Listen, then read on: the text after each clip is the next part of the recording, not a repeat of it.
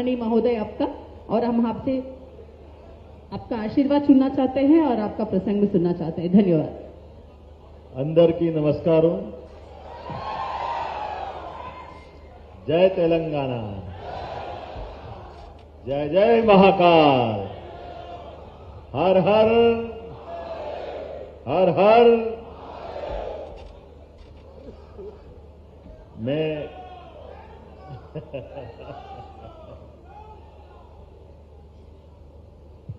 आज मेरा सौभाग्य है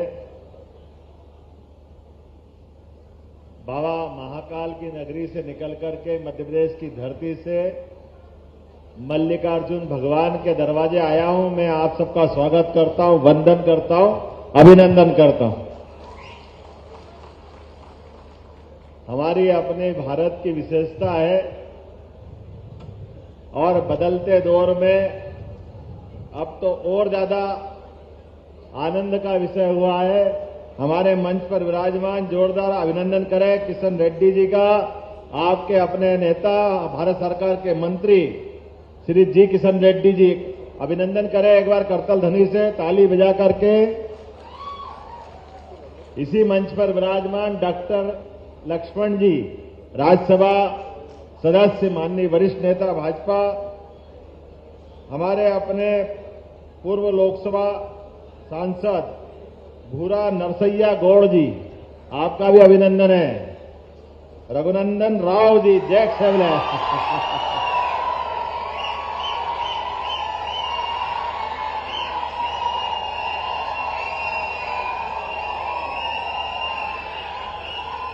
इसी मंच पर विराजमान जीएम अरुण जैन जी, रेलवे के वरिष्ठ अधिकारी हैं, और डीआरएम लोकेश बिश्नोई जी।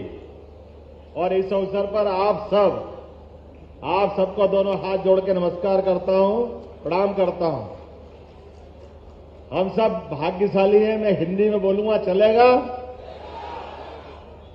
आपको समझ में आए तो अच्छी बात है, नहीं आए तो भी आप मेरा अभिनंदन कर रहे हो, मेरी हिम्मत बढ़ा रहे हो, आपको धन्यवाद दे रहा हूं।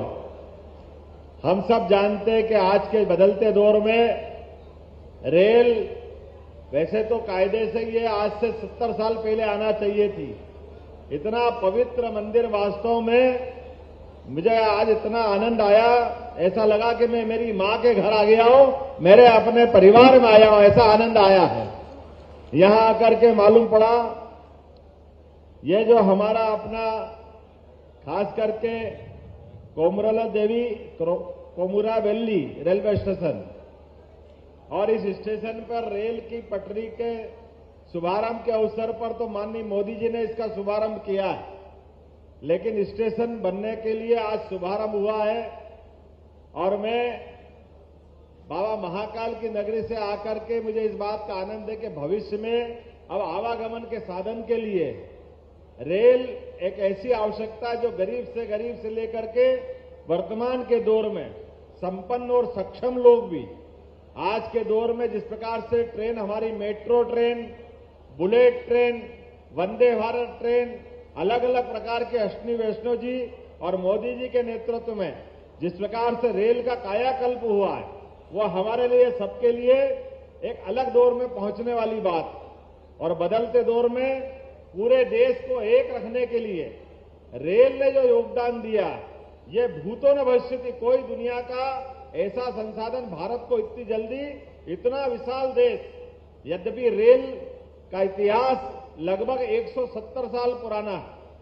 सबसे पहले ट्रेन चली ठाणे से मुंबई, लेकिन उसके बाद से लेकर आज तक सभी राज्य, क्या तेलंगाना, क्या हैदराबाद के साथ हमारा मध्य प्रदेश का रिश्ता लगातार, हर एक को उत्तर दक्षिण कहीं जाना हो तो मध्य प्रदेश से जरूर गुजरना पड़ता। और मध्य प्रदेश तो क्या, वास्तव में देश के अंदर के हिस्सों में भी यशस्वी प्रधानमंत्री ने अब चाइना की बॉर्डर तक रेल की सुविधा देकर के हमारे नागरिकों के लिए सुविधा देने का प्रयास किया। रेल न केवल हमारे यातायात का साधन है, बल्कि मौका पड़े तो देश के दुश्मनों के बीच अपने बहादुर जवानों को पहुंचाने का भी सबसे सशक्त माध्यम है। मुझे इस बात की प्रसन्नता है कि हमारे आने वाले समय में जब विकास की बात करेंगे, आज तो देव दर्शन की बात रहेगी, लेकिन भविष्य में इंडस्ट्री डलेगी और भी विकास होगा, तो रेल की पटरियों के माध्यम से भविष्य में विकास के दरवाजे खुलेंगे। उसके माध्यम से ये पूरा क्षेत्र एक अलग दौर में जाएगा। मैं आपके माध्यम से नरेंद्र मोदी जी को धन्यवाद देना चाहूंगा। यद्यपि मैं आया दर्शन करने, लेकिन किशन रेड्डी जी ने कहा कि स्टेशन का भी आपने को भूमि पूजन करना है। आने वाले समय में मैं उम्मीद करता हूं शीघ्र अतिशीघ्र यह स्टेशन भव्य बनेगा और बड़ी संख्या में यहां यात्री आएंगे, जिसके माध्यम से न केवल ये सौगात मिलेगी बल्कि बड़े पैमाने पर भविष्य के लिए रोजगार, धंधे, आप अपन सब कल्पना कर सकते हैं। आने 2 टेन्योर हुए माननीय नरेंद्र मोदी जी के। एक टेन्योर हुआ उनका 14 से लेकर 19 तक का। उसके पहले का समय हम याद करें कि मोदी जी के पहले बांग्लादेश, पाकिस्तान, श्रीलंका, ये सारे देश हमारे से आंख नहीं मिलाते थे। आज की स्थिति क्या हुई है? वो पाकिस्तान जो आंख दिखाता था, आतंकवादी हमले करता था, अब घर में घुस के मारने का हिम्मत अगर किसी में आई तो भारत में मोदी जी के नेतृत्व में आई है। कि हमारे अपने लोग, मैं यादव मित्रों के बीच में जानता हूं कि आपके बीच बात कर रहा हूं तो मुझे अलग जोश आता है इस बात का।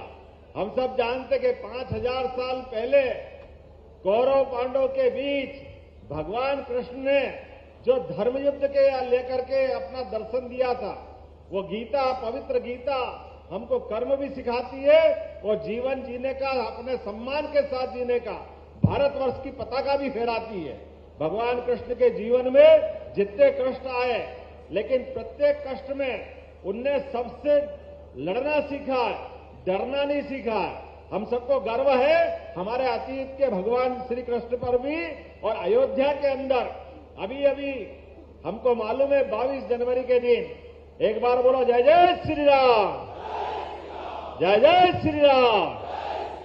हमारा सौभाग्य है भगवान राम के मंदिर में प्रवेश करने के 500 साल के बाद ये सौभाग्य मिला है नरेंद्र मोदी जी के नेतृत्व में, कि जहां पर हमारे अपने आराध्य सरयू के किनारे अयोध्या नगरी में भगवान अपने घर में प्रवेश कर रहे हैं, गर्भगृह में प्रवेश कर रहे हैं। यह हमारा सौभाग्य है, यह हमारे लिए गर्व और गौरव की बात है। मुझे तो इस बात की प्रसन्नता है, जितने दक्षिण भारत में भगवानों पे लोग नाम रखते हैं, इतने तो उत्तर भारत में भी नहीं रखते हैं। आपकी अपनी जो इंटीग्रिटी है, आपकी हमारी जो आत्मीयता है, वो भगवान राम और कृष्ण की संस्कृति को लेकर चलने वाली ही विशेषता है। मुझे इस बात की प्रसन्नता है कि हमारी संस्कृति कभी किसी को अपमानित करने वाली संस्कृति नहीं है।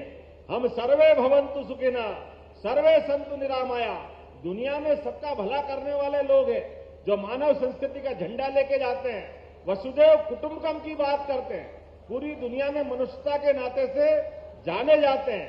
लेकिन काल के प्रवाह में हमारा अंदर का पौरुष जगाने के लिए वर्तमान का नेतृत्व जो आया है, अब तो अयोध्या तो छोड़ो, अरब के अंदर भी भगवान के मंदिर का लोकार्पण हुआ कि नहीं हुआ आनंद के साथ। ये हमारा वर्तमान का समय है कि हमारे अपनी संस्कृति पे गर्व करने के जो जो उपक्रम है वो लगातार मोदी जी के नेतृत्व में जारी है।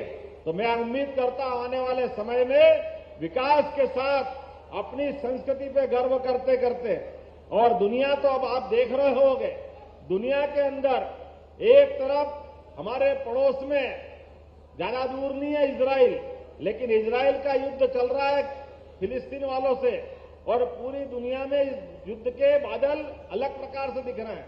इसके पहले रूस में युद्ध चल रहा है, लेकिन हमने सबने देखा क्या यूक्रेन, क्या रूस, क्या इजराइल, क्या फिलिस्तीन, हमारे ये जितने भी आपस में लड़ने वाले लोग, लेकिन भारत के नेतृत्व का झंडा, मोदी जी का डंका, हमारा एक भी बच्चा अगर फंसा है तो डंके की चोट हम लेके आ रहा है। दोनों तरफ की सेना हाथ जोड़ के कहते भैया हम आपसे नहीं टकरा सकते, आपके आदमी को आप ले जाइए। भारत का जो मान बढ़ा, सम्मान बढ़ा, वो हमको गर्व और गौरव का मौका देता है। अभी 8 सैनिक जिनको फांसी की सजा दे दी कतर ने, कोई कल्पना कर सकता कि अपने सैनिक को फांसी की सजा हो जाए और उनके बचा के लेके आ सकते हैं? अभी हमारे लिए हमारे सामने ही हुआ है कि न केवल 8 सैनिक बच के आए, बल्कि वो डंके की चोट भारत वालों के साथ गले से गले मिलकर के कतर के जो राजा है उनने सम्मान के साथ मोदी जी से कहा कि मोदी जी, भारत और आपकी दोस्ती हमारी भले ही न्यायालय है उसने सजा दे दी, लेकिन भारत के लोग कभी ऐसा कर नहीं सकते। हमें गर्व है कि भारत वालों के साथ हम खड़े हैं। वर्तमान के दौर में ऐसे कई मौके आएंगे। आज के अवसर पर मैं आज मेरे को मन में वास्तव में एक बार फिर धन्यवाद देने की इच्छा है। किशन रेड्डी जी, आपको भी धन्यवाद देता हूं। लक्ष्मण जी, आपको भी धन्यवाद देता हूं। और हमारे हीरो रघुनंदन राव जी, आपको भी धन्यवाद देता हूं, जिनके माध्यम से